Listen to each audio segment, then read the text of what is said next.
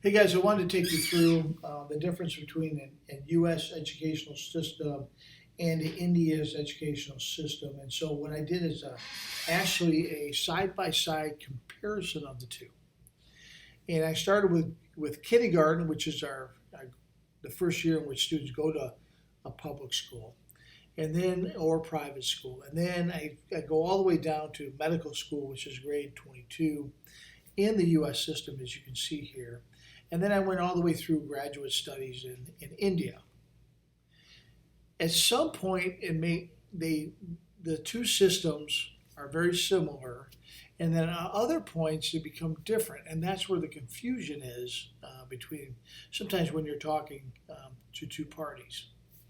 The one thing I want to show you is especially in the elementary school, or we call that elementary, in India calls it primary school.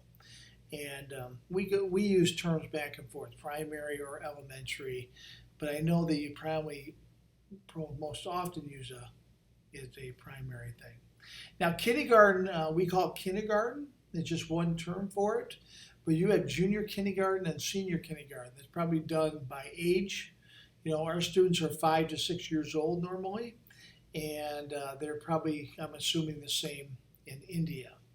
Now, grades, we go kindergarten, grade 1, 2, 3, 4, and 5. Those are primarily our elementary or primary grades. I know that in India you go through 1, 2, 3, 4, 5, 6, 7 is our primary grades there. You can see in the U.S. system, instead of extending past for primary, we go into a middle school starting in grade 6. So in grade 6, our students go to a middle school. And in India, you don't start that process really until grades 8, 9, and 10. Okay. Now, in high school, we call it high school here, which is a secondary school and higher secondary combined. They go from grades 9 all the way to grade 12. And they actually earn a high school diploma, which is a general diploma. There's no emphasis put on it in grade 12. In India, you can see that they have a secondary school, and then they take an exam, and then you have to choose a path. And you earn a certificate, but you have to choose what we call a career or something that they're going to specialize in. And then once you do a specialty, then you're actually going to go to higher secondary school for that specialty. And you earn a higher secondary diploma, which is right here.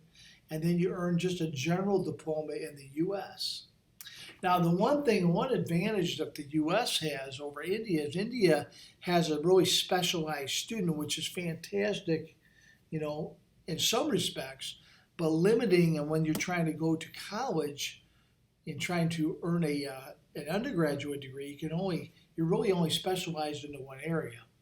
In the U.S., the advantage for the U.S. student is they can pick any college all over the United States, because then the student then decides in college and their undergrad what path they want to study. And then we call that a university major, such as computer science, engineering, English. Whereas in India, they choose that earlier in their career. They choose that in 10th grade. And then they start to specialize even further. Now you can see an undergraduate degree in the U.S. takes about 4 years, and we call that a bachelor's degree. And you can see in India, the undergrads are either 3-year or 4-year, depending on the type of degree that you get. The graduate degree is the same, all right, in the U.S. and also in India.